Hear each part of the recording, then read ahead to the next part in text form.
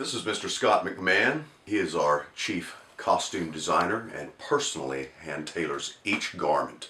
He is a living historian from Texas Parks and Wildlife, and we could not be more gracious than to have this guy aboard. Glad to have you guys out here, man. It's good to be here. Yeah. How about some of these awesome guns we've got going on up here? Here we've got a pretty good variety of firearms. We've got a Caitlyn brass-belled flintlock pistol. It's flintlock because there is a piece of flint right there. It'll strike this steel battery, throw that open, throw some sparks in that pan where the gunpowder would be, and it'll set the gun off. It's not loaded, but I'll show you how it works. What else we got? We also have a Paterson Revolver. This was the next step up from the single-shot pistols. This is a revolving pistol, shoots 5 times. Notice there is no trigger. Can you see that? Watch this. Cock it back, trigger drops down, ready to fire. Well, that little dude just snaps right on out of there, doesn't it? It does. The problem with this gun is you see that wedge would fall out and your barrel would fall off and then your gun falls apart. So. And then you die. Yes, unfortunately you do. This is the Colt Walker. That's a big gun. It is a big gun.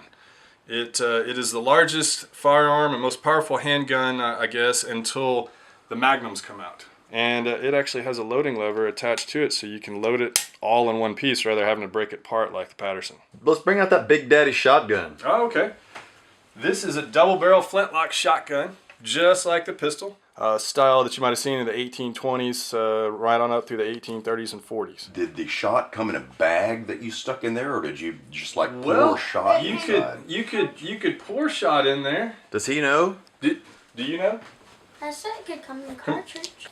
You would put it in a cartridge with the ramrod that you would push down, and you would push that down in there. And it would spark the black powder, would make it go off. Yeah, you could put it in a paper cartridge. He's my kid. What can I say? That's also the same gun that Travis. Yeah, that's a gun like we think William Barrett Travis had at the Alamo. I'll be dang. This is a scout knife. Good grief, it's got some gore left on it. Yeah. Oh man, that's what Patrick uses to scalp poor Carmen. Is that a Bowie knife?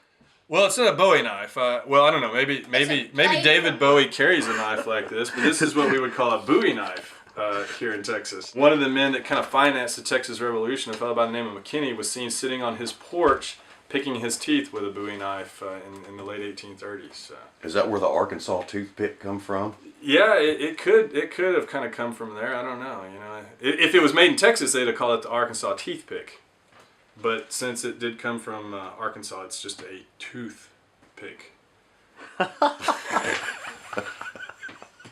don't think we're going to get any funding from Arkansas now, guys. Well, they don't have any money there anyway, so. I guess this rules the Clintons out.